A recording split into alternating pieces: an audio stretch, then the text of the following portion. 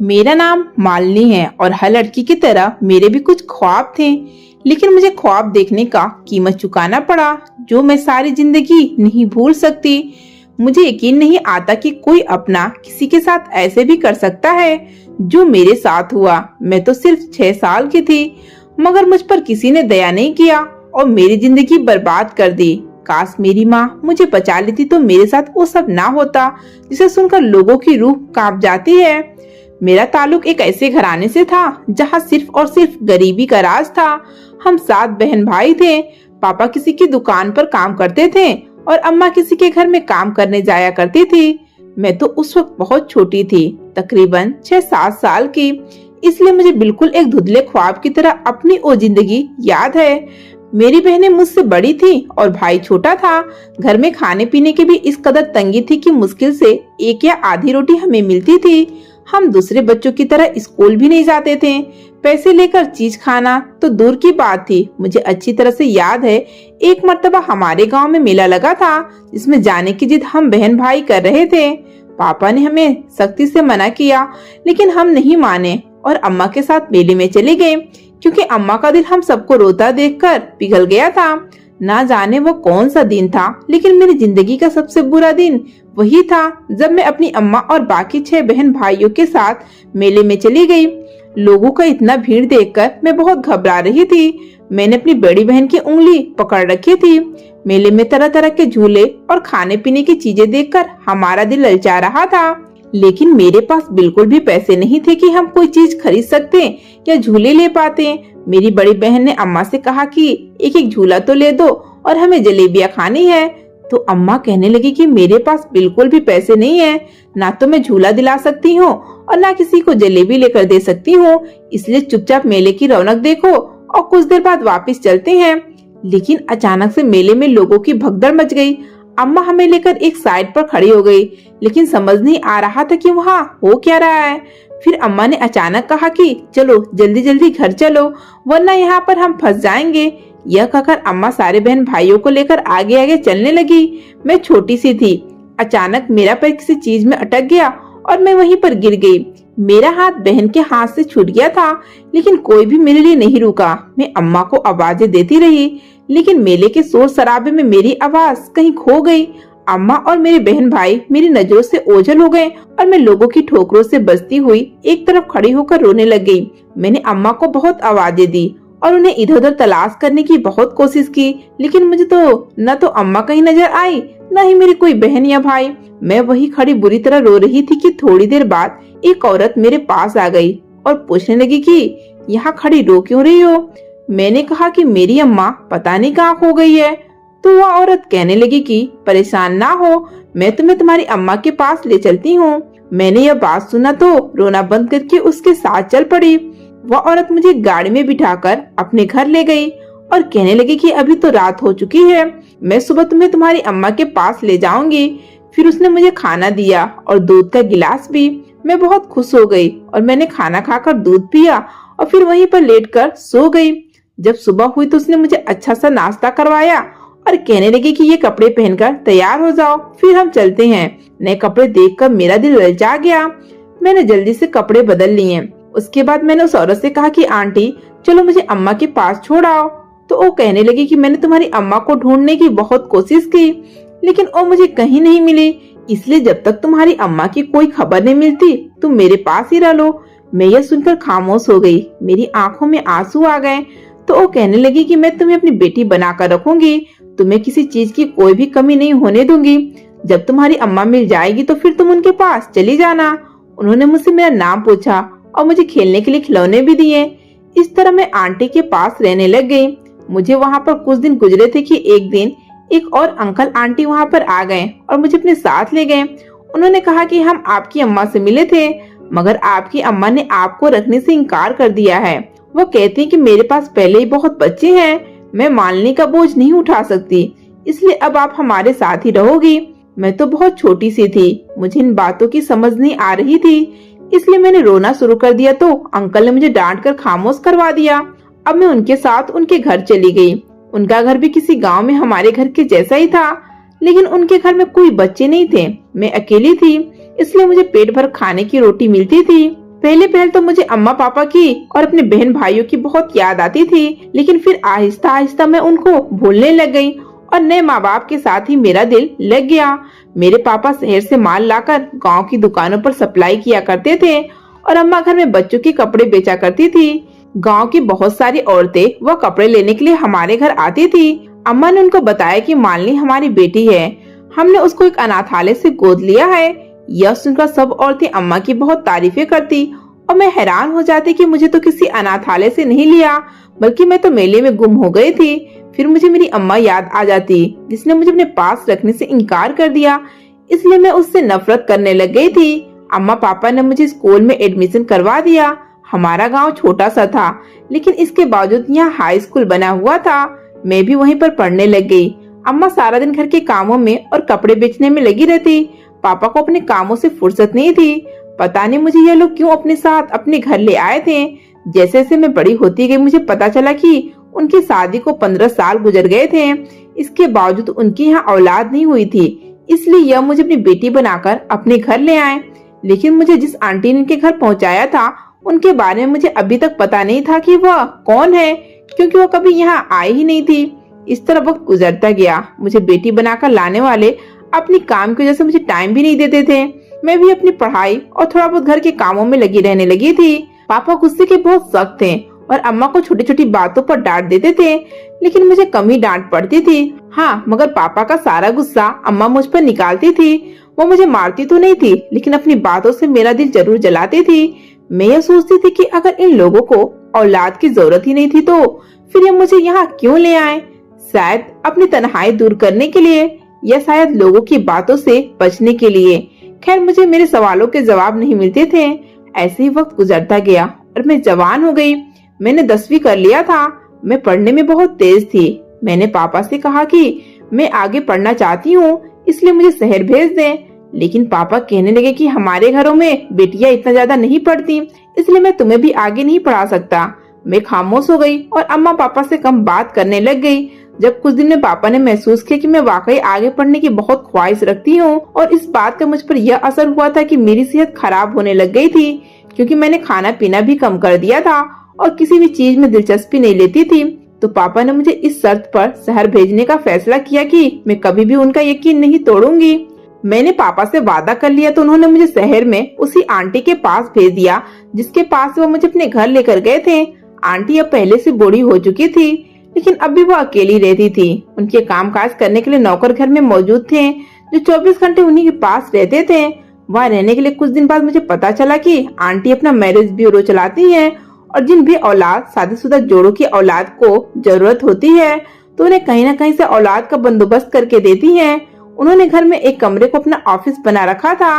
मैंने उनसे कहा कि पढ़ाई के साथ साथ मैं आपके काम में भी आपकी मदद करवा सकती हूँ, तो उन्होंने मुझे अपने साथ हिसाब किताब रखने के लिए रख लिया, क्योंकि मेरी अंग्रेजी भी बहुत अच्छी थी और मैं हिसाब किताब में भी तेज थी। इस वजह से आहिस्ता आहिस्ता मैं उनके काफी काम देखने लग गई। कॉलेज से वापस आकर मैं उनके ऑफिस में काम देखती और फिर शाम को थोड़ी देर पढ़ने के बाद उनके साथ बैठकर बातें करती और अपने कमरे में चली जाती थी। यही मेरी रूटीन थे। इसी में 6 महीने गुजर गए। इन 6 महीनों में मैं अपने घर 3 या 4 मरतबा ही गई होंगी, क्योंकि पापा हर 2-3 हफ्तों बाद जब शहर का चक्कर लगाते तो मुझसे मिलने आ जाया करते थे। वो हर महीने कुछ पैसे भी मुझे देते थे, लेकिन अब आंटी भी मुझे मेरे काम के पैसे देने लग गई थी, इसलिए मैंने पापा से पैसे लेने से मना कर दिया। उन्होंने कहा कि चलो, यह पैसे तुम्हारी शादी में काम आएंगे, मैं बैंक में डाल दूंगा। मैं पापा की बात पर खामोश रही।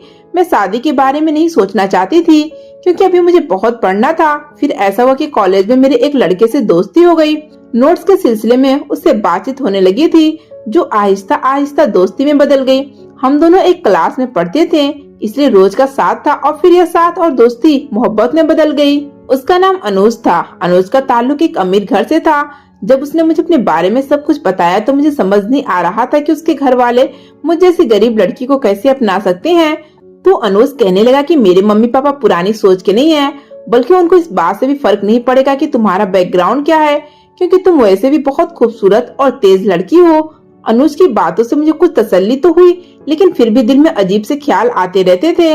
मुझे उसके घर वालों की तरफ से ही डर था, लेकिन मैं नहीं जानती थी कि असल मसला मेरे घर वालों की तरफ से पैदा होगा। मैं अक्सर रात को भी अनुज से फोन पर बातें करती थी। इससे आंटी को मुझ पर शक हो गया। एक दिन वो मुझसे पूछने लगी कि रात के वक्त किससे बात करती हो, क्या कोई लड़का है जिससे तुम्हारी दोस्ती हुई है? तो मैंने आंटी से कहा कि मेरा क्लासमेट्स है और बहुत अच्छा लड़का है और हम एक दूसरे को पसंद करते हैं। ये सुनकर आंटी मुस्कुराने लगी और कहने लगी कि ख्याल रखना, तुम जिस घर की बेटी हो वो लोग शायद तुम्हें इन बातों की इजाजत ना दें। मैंने आंटी से कहा कि अनुज मुझसे शादी करना चाहता है। तो आंटी ने कहा चलो देखते हैं, जो होगा वो तुम्हारे भी सामने ही आ जाएगा। उसके बाद उन्होंने दोबारा मुझसे कोई बात नहीं की। मुझे उनके पास रहते हुए 2 साल होने वाले थे और कुछ ही दिन में मेरे इंटर के पेपर्स भी थे, इसलिए मैंने ये सब बातें सोचना छोड़ दी और अपने पेपर की तैयारी में मगन हो गई। जिस दिन मेरा आखिरी पेपर था, मैं उस दिन पेपर देकर जब घर आई तो आंटी किसी से फोन पर बात कर रही थी। मैंने उनकी बात सुनी तो मेरे कान खड़े हो गए, क्योंकि वो किसी से कह रही थी मालिनी को जिस गांव के मेले से मैं लेकर आई थी, उस गांव में मेरी एक कजिन भी रहती है जो उसके असल माँ बाप को जानती है। यह सुनकर मैं वहीं छुप कर खड़ी हो गई, क्योंकि मैं जानना चाहती थी कि आंटी आगे क्या बात करेंगी। लेकिन जो मैंने सुना वो सुनकर मेरे पैरों तले से जमीन निकल गई। आंटी फोन पर किसी से कह रही थी कि मालिनी को मैंने आगे अपने जानने वाले एक बे औलाद जोड़े को बेच दिया था, लेकिन उन्होंने अब तक मुझे पूरी रकम नहीं दी, जबकि वो जवान हो चुकी है और अब मेरे पास ही काम करती है। मैं सोच रही हूँ कि इसकी कहीं ऐसी जगह शादी कर दूं जहाँ से मुझे भी फायदा मिल सके। यह सुनने की देर थी कि मैं आंटी के सामने चली गई। मुझे देखकर उन्होंने फोन बंद कर दिया। मैं हैरान थी और उनकी तरफ खामोशी से देखी जा रही थी। तो वो कहने लगी, अगर तुमने मेरी बातें सुन ली है तो ये भी सुन लो कि मैं जो कह रही थी वो सब सच है। तुम्हारे अम्मा पापा ने मुझसे जो रकम तय की थी उसका कुछ हिस्सा अभी भी बाकी है। अब तुम बताओ कि मुझे वो रकम मिल जाएगी या मैं खुद किसी तरह वसूल करूं? यह सुनकर मैं वहीं गिर सी गई और मैंने उनके आगे हाथ जोड़ते हुए कहने लगी कि भगवान के लिए अब मेरे साथ कुछ ऐसा न करना, मैं सारा पैसा आपको दे दूंगी। फिर दूसरे दिन पापा मुझसे मिलने वहाँ आए तो मैंने आंटी के सामने पापा से पूछा कि मुझे कितने पैसों में खरीदा था जो अब तक उनको नहीं दिए। पापा ये सुनकर हैरान हो गए और मेरी तरफ देखने लगे। उन्हें समझ नहीं आ रहा था कि मुझे ये सब पता कैसे चला। तो तुमने सब बता दिया? पापा ने आंटी से कहा कि मैं आपको सारे पैसे दे चुका था, अब आप किस पैसे की बात कर रही हैं और ये सब बातें मालिनी के सामने करने की क्या जरूरत थी? तो आंटी कहने लगी, जो पैसे तुम लोगों ने मुझे दिए थे तब तो उस वक्त ये बहुत छोटी थी, तब मुझे नहीं पता था कि इतनी खूबसूरत होगी और इसकी मैं अब शादी करवाऊंगी, कहीं भी तो मुझे बहुत बड़ा फायदा हो सकता है। पापा कहने लगे कि वो मेरी बेटी है और हम जहाँ चाहे इसको ब्याह देंगे और अब यह आपके पास नहीं रहेगी। तब आंटी ने गुस्से में आकर पापा को अनुज के बारे में सब बता दिया कि आपकी बेटी जो नए गुल खिलाकर बैठी है। पापा यह सुनकर और गुस्से में आ गए और मुझे फौरन लेकर गाँव चले गए। गांव जाकर अम्मा को सब बताया तो अम्मा मुझे मारने लग गई और पापा से कहने लगी कि मैंने कहा था ना कि किसी का खून कभी भी अपना नहीं बनता। देख लो ये लड़की अब हमें क्या दिन दिखाना चाहती है। पापा कहने लगे कि ऐसा कुछ नहीं होगा, मैं 1 हफ्ते के अंदर ही इसकी शादी कर दूंगा। यह कहकर पापा ने मुझे कमरे में बंद कर दिया। मैं उस दिन बहुत रोई, क्योंकि सारी जिंदगी में अपने सगे माँ बाप को बुरा भला कहती रही और मैं सोचती रही कि मेरी माँ जानबूझकर मुझे छोड़ गई थी, लेकिन हकीकत तो ये थी कि वो बेचारे आज तक मेरे लिए तरसते होंगे। आंटी ने मुझे मेले से अगवा किया था और फिर पैसे लेकर इनको बेच दिया, जिन्होंने मेरी कदर ही नहीं की। इससे अच्छा होता कि ये लोग मुझे मार देते, लेकिन अब कुछ नहीं हो सकता था। पता नहीं मैं किस गांव से थी और मेरे अम्मा पापा कौन थे। यही सब बातें सोचते सोचते मेरा दिमाग खराब हो रहा था, लेकिन मेरे रोने धोने का किसी पर कोई असर नहीं हुआ और न जाने किससे मेरा रिश्ता तय कर दिया। और पापा ने जो कहा था उसके मुताबिक 1 हफ्ते के बाद मेरी शादी तुषार से कर दी। तुषार का ताल्लुक एक बहुत गरीब घर से था। वो अपने माँ बाप का इकलौता बेटा था। उसके पापा का देहांत हो चुका था और उसकी अम्मा मेरा जीना हराम करने के लिए अब तक जिंदा थी। तुषार उम्र में मुझसे बड़ा था, देखने में काला और गंजा होने की वजह से मुझे वो बिल्कुल भी पसंद नहीं था। पता नहीं अम्मा पापा ने क्या देखकर मेरी शादी यहाँ कर दी थी। अगर मैं उनकी अपनी बेटी होती तो कभी भी मेरे साथ ऐसा न करते। उन्होंने तो जानबूझकर मुझसे बदला लिया था, जो मेरी जिंदगी को नर्क बना दी थी। मेरी सास बिल्कुल एक रूढ़िवादी औरत थी। हर वक्त उसके मुंह से कुछ न कुछ ऐसा निकलता रहता जो मेरा दिमाग खराब कर देता था। कभी मुझे बददिमाग होने के ताने देती तो कभी मेरे किए गए हर काम में कमी निकाल कर मुझे जलील करती थी। वो अच्छी तरह जानती थी कि मैं उसके बेटे को बिल्कुल भी पसंद नहीं करती। इस वजह से वो मेरे साथ और भी बुरा रवैया करती। अपनी माँ की तरह तुषार भी बदमिजाज और जाहिल आदमी था। शादी के शुरू शुरू में मैंने समझौता करने की कोशिश की और अगर शाम को तैयार हो जाती तो वो शक करने लग जाता और कहता कि किसी और से मिलने जा रही हो जो इतना तैयार होकर घर में बैठ रही हो। शरीफ औरत के ये लक्षण नहीं होते। उसकी यह बकवास सुन सुनकर मेरा दिल और भी उससे बंद होने लग गया। फिर तो मैं उसकी शक्ल देखना गवारा नहीं करती। मैंने उससे बातचीत करनी बंद कर दी। फिर एक दिन ऐसा हुआ कि उसकी माँ ने उसे भड़काया तो उसने मुझ पर हाथ उठा दिया। मैंने भी उसका बिल्कुल लिहाज नहीं किया और करीब पड़े डंडे को उठाकर उसे दे मारा और जाकर कमरे में बंद हो गई। उस दिन के बाद से मेरी सास ने बोलना कम कर दिया क्योंकि वह डर गई थी। उसे लगने लग गया था कि मैं कुछ भी कर सकती हूँ और तुषार भी माँ को देखकर ठंडा पड़ गया। लेकिन मैंने अपने आप को कमरे तक सीमित कर लिया। मैं सिर्फ उस वक्त कमरे से बाहर निकलती जब खाना बनाना होता। खाना बनाकर अपना खाना लेकर मैं कमरे में आ जाती और फिर कमरे से निकलती नहीं थी। ना मैं उन लोगों से बात करती थी। एक दिन मैंने घर से भाग जाने का प्लान बनाया और मुझे जल्दी मौका मिल गया क्योंकि मेरी सास के रिश्तेदार के यहाँ शादी थी। मैं तबीयत का बहाना करके घर में रुक गई। जब दोनों माँ बेटा शादी पर चले गए तो पीछे से मैं अपना बैग तैयार कर घर से निकलने में कामयाब हो गई। मैं उसी शहर में चली गई जहाँ पर पढ़ती थी। वो शहर, वहाँ के रास्ते मेरे लिए नए नहीं थे। मैं सीधे अपने दोस्त के पास चली गई। उसने मुझे अपने घर में पनाह दी और कहा कि वो जॉब ढूंढने में मेरी मदद करेगी। मैं 1-1.5 हफ्ता उसके घर पर रही। फिर उसके पापा ने अपने जानने वाले से कहकर मेरे इंटरनेशनल कंपनी में जॉब करवा दी। मैं इतनी पढ़ी लिखी तो नहीं थी लेकिन मेरी इंग्लिश अच्छी थी। इस वजह से वो जॉब मुझे आसानी से मिल गई।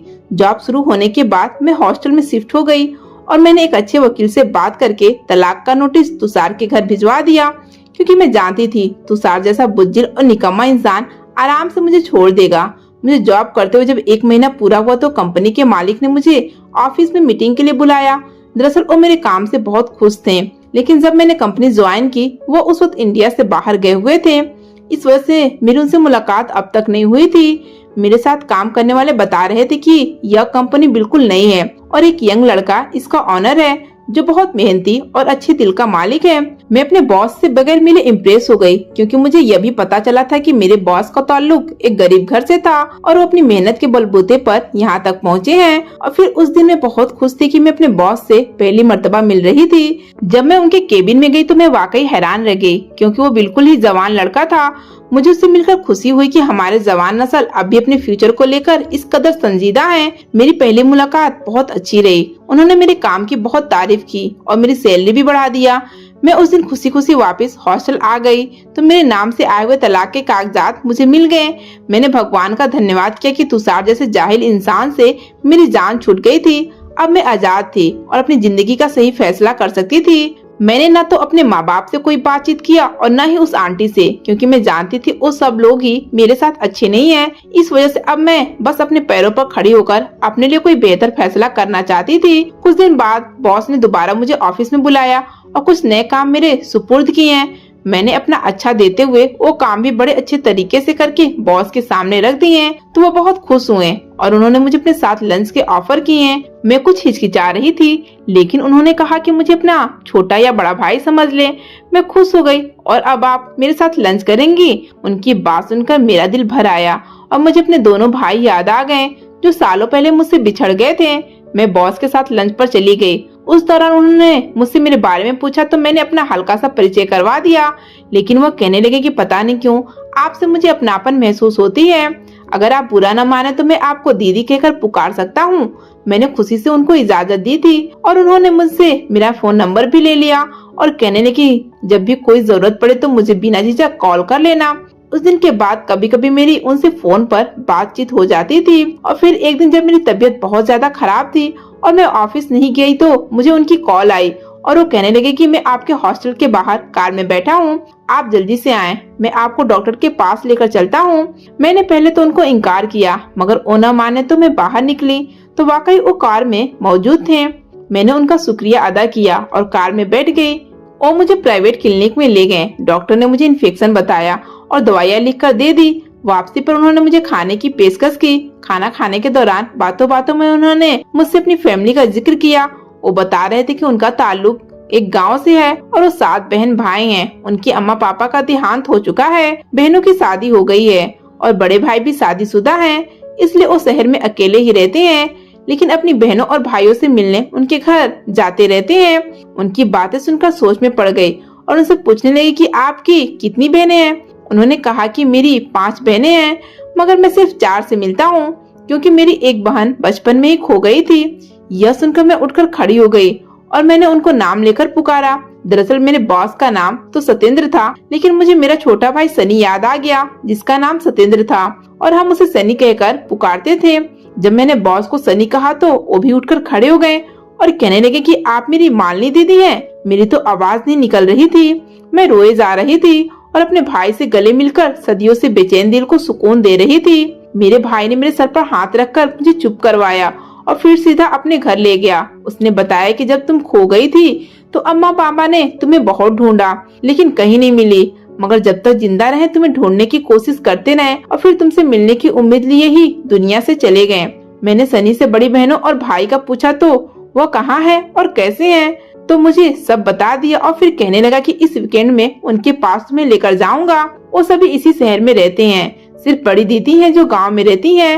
मेरा दिल भी बड़ा बेचैन था सबसे मिलने को और मेरे लिए किसी चमत्कार से कम नहीं था कि इस तरह अचानक मुझे मेरा भाई मिल गया।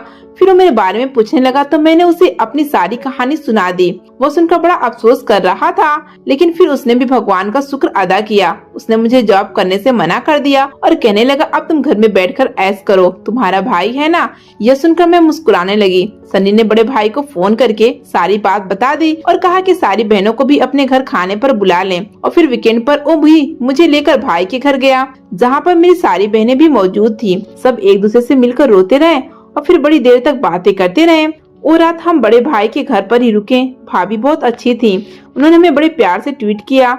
उसके बाद बड़ी दीदी और बड़े भाई ने मिलकर मेरा शादी अच्छे घर में कर दिया और फिर हम सब ने मिलजुल कर सनी की शादी की। ये शादी मेरी जिंदगी की यादगार फंक्शन थी जिसमें मेरे साथ थे। मैं अपने पति के साथ सबसे हंसी खुशी से मिल रही थी। अगर आपको आज की कहानी पसंद आई है तो वीडियो को जरूर लाइक कीजिएगा और अपने दोस्तों के साथ भी शेयर कीजिएगा। और हाँ, अगर आपने अभी तक हमारा चैनल सब्सक्राइब नहीं किया तो जरूर सब्सक्राइब करें। मिलते हैं कल एक नई और दिलचस्प कहानी के साथ।